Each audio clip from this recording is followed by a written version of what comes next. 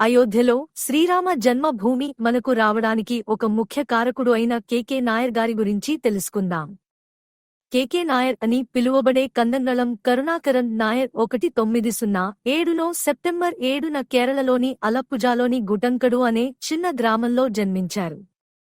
భారతదేశానికి స్వాతంత్ర్యం రాకముందు అతడు ఇంగ్లాండ్ వెళ్లి 21 సంవత్సరాల వయసులో బారిస్టర్ అయ్యి స్వదేశానికి తిరిగి వచ్చే ముందు ఐసీఎస్ పరీక్షలో విజయం సాధించాడు.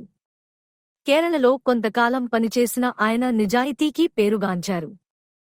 ధైర్యసాహసాలు ప్రదర్శించి ప్రజల సేవకునిగా పేరు తెచ్చుకున్నారు. బాలరాముని విగ్రహం అయోధ్య మందిరంలో హఠాత్తుగా కనిపించిందని ఫిర్యాదు రావడంతో విచారణ జరిపి నివేదిక సమర్పించాలని అప్పటి ప్రధాని నెహ్రూ ఉత్తరప్రదేశ్ రాష్ట్ర ప్రభుత్వాన్ని ఆదేశించారు. అప్పటి రాష్ట్ర ముఖ్యమంత్రి గోవింద్ వల్లభ్ పంత్ అక్కడికి వెళ్లి విచారణ చేయవలసిందిగా కె నాయర్ను కోరగా కె నాయర్ తన సబార్డినేట్ శ్రీ గురుదత్ సింగ్ ని దర్యాప్తు చేసి నివేదిక ఇమ్మనమని కోరాడు. సింగ్ అక్కడికి వెళ్లి సమగ్ర నివేదికను కె నాయర్కు అందించారు.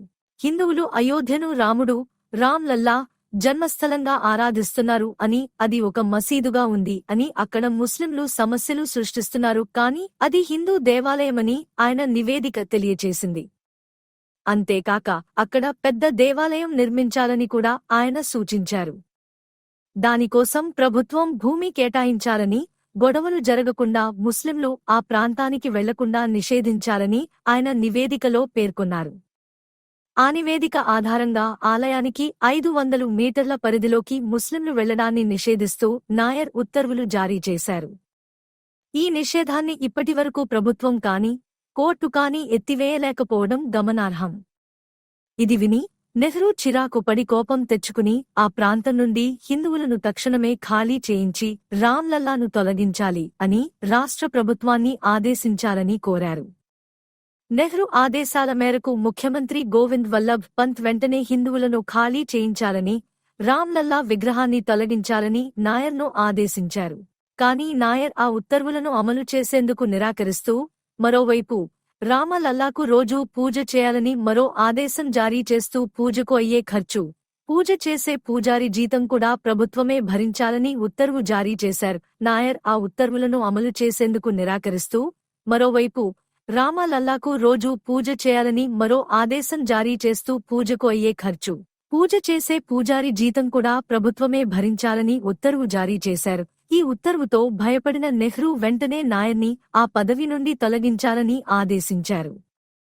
అయితే నాయర్ అలహాబాద్ కోర్టుకు వెళ్లి తన కేసు తానే వాదించుకుని నెహ్రూ జారీ చేయించిన తొలగింపు ఉత్తర్వులకు వ్యతిరేకంగా విజయం సాధించారు. నాయర్ను తిరిగి విధుల్లోకి తీసుకోవాలని, అదే స్థలంలో పనిచేసేందుకు అనుమతించాలని కోర్టు ఆదేశించింది. కోర్టు ఆదేశం నెహ్రూకు చెంపపెట్టులా తగిలింది. ఈ పరిస్థితులలో అయోధ్య వాసులు ఎన్నికల్లో పోటీ చేయాలని నాయర్ను కోరారు. అయితే ప్రభుత్వోద్యోగి అయిన తాను ఎన్నికల్లో పోటీ చేయలేనని నాయర్ చెప్పడంతో నాయర్ భార్యను అయినా పోటీ చేయాలని అయోధ్య వాసులు కోరారు. ప్రజల అభ్యర్థనను అంగీకరిస్తూ శ్రీమతి శకుంతలా నాయర్ ఉత్తరప్రదేశ్ శాసనసభ ఎన్నికల సందర్భంగా అయోధ్యలో అభ్యర్థిగా బరిలోకి దిగారు. అప్పట్లో దేశవ్యాప్తంగా కాంగ్రెస్ అభ్యర్థులు విజయం సాధించిన అయోధ్యలో మాత్రం కాంగ్రెస్ అభ్యర్థిపై నాయర్ భార్య భారీ మెజారిటీతో గెలిచారు. శ్రీమతి శకుంతల నాయర్ 1952లో జనసంఘ్లో చేరి సంస్థను అభివృద్ధి చేయడం ప్రారంభించారు. ఇది చూసి ఆశ్చర్యపోయిన నెహ్రూ మరియు కాంగ్రెస్ పార్టీ నాయర్పై ఒత్తిడి తీసుకురావడంతో నాయర్ తన పదవికి రాజీనామా చేసి అలహాబాద్ హైకోర్టులో న్యాయవాదిగా పనిచేయడం ప్రారంభించాడు. 1967లో పార్లమెంటుకు ఎన్నికలు ప్రకటించబడినప్పుడు ప్రజలు నాయర్ మరియు అతని భార్యను పోటీకి ఒప్పించడంలో విజయం సాధించారు. బహ్రైచ్ మరియు కేసర్గంజ్ నియోజకవర్గాలను గెలవడానికి ప్రజలు నాయర్ దంపతులకు సహాయం చేశారు. వారిదంది ఒక చారిత్రాత్మక విజయం. శకుంతల నాయర్ గారు మొత్తంగా ఒకసారి ఎమ్మెల్యేగా 3 సార్లు ఎంపీగా గెలిచారు. విచిత్రం ఏమిటంటే నాయర్ గారి పలుకుబడి ఎంత అంటే అతని డ్రైవర్ కూడా ఫైసలాబాద్ నియోజకవర్గం నుండి రాష్ట్ర శాసనసభ సభ్యునిగా ఒకసారి ఎన్నికయ్యాడు. ఆ తర్వాత ఇందిర పాలనలో దేశంలో అత్యవసర పరిస్థితి విధించినప్పుడు ఈ దంపతులను అరెస్టు చేసి జైలులో పెట్టారు. కానీ వారి అరెస్టు అయోధ్యలో భారీ అలజడికి కారణం అవ్వడంతో భయపడిన ప్రభుత్వం వారిని జైలు నుండి వెంటనే విడుదల చేసింది. ఆ దంపతులు అయోధ్యకు తిరిగి వచ్చి తమ ప్రజా సేవను కొనసాగించారు. స్వాతంత్ర్యానంతరం అయోధ్య కేసును తొలిసారిగా పరిష్కరించింది నాయర్. ఇది పూర్తిగా అతనిచే నిర్వహించబడింది. మరి ఇప్పటికీ కూడా ఆయన అధికారిగా జారీ చేసిన ఉత్తర్వులను హిందూ వ్యతిరేకులు మార్చలేకపోయారు. నాయర్ జారీ చేసిన ఆ ఆదేశాలు ఆధారంగానే పూజలు మరియు రామ్ లల్లా దర్శనం ఇప్పుడు కూడా కొనసాగుతోంది. 1976లో మిస్టర్ నాయర్ తన స్వగ్రామానికి తిరిగి రావాలనుకున్నాడు. అయితే ఆయన వెళ్లేందుకు ప్రజలు అనుమతించలేదు. అయితే నాయర్ తన చివరి రోజుల్లో తన స్వగ్రామంలో ఉండాలనుకుంటున్నానని ప్రజలకు నచ్చచెప్పి వీడ్కోలు తీసుకున్నారు. సెప్టెంబర్ 7వ తేదీ 1977లో ఆయన తన స్వగ్రామంలో శ్రీరామచంద్రమూర్తి పాదారవిందాలకు చేరుకున్నాడు. ఆయన చితాభస్మాన్ని స్వీకరించేందుకు ఒక బృందం కేరళకు వెళ్ళింది.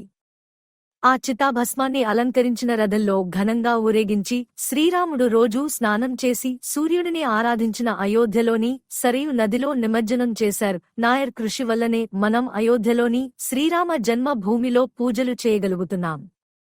అయోధ్య ప్రజలు ఆయనను దైవమైన వ్యక్తిగా పరిగణించడంలో అందుకే ఆశ్చర్యం లేదు. ఆయన అయోధ్య విషయంలో చేసిన కృషికిగాను విశ్వ హిందూ పరిషత్ వారు అతని స్వగ్రామంలో భూమిని కొని అతనికి స్మారక చిహ్నం నిర్మించారు. కె నాయర్ పేరుతో ప్రారంభించబడిన ట్రస్ట్ సివిల్ సర్వీసెస్ పరీక్షకు హాజరయ్యే విద్యార్థులకు స్కాలర్షిప్లు మరియు శిక్షణను అందిస్తోంది.